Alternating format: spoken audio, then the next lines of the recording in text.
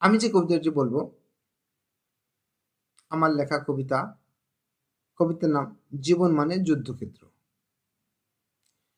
যে ঠকেছে যে হেরেছে তাহার হইছে শিক্ষা, জীবন মানে যুদ্ধক্ষেত্র, হার জিতের দীক্ষা। একটুখানি কষ্ট, একটুখানি চেষ্টা, সাফল্যের সিঁড়ি, হাল ছাড়িলে অলসতায় হয়ে যাবে দেরি।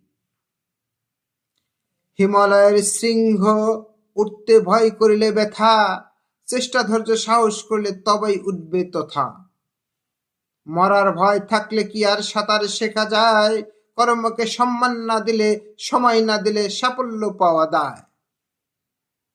জীবনে পেতে চাইলে সাফল্যের বড় জয়, মন থেকে ঝেড়ে ফেলতে হবে লোক লজ্জার ভয়।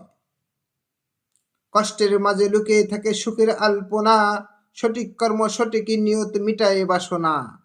একলা কি আর যায় গাছের মাথায় ওঠা বাঁচা, গোড়া থেকে চেষ্টা করে বয়স যাদের কাঁচা।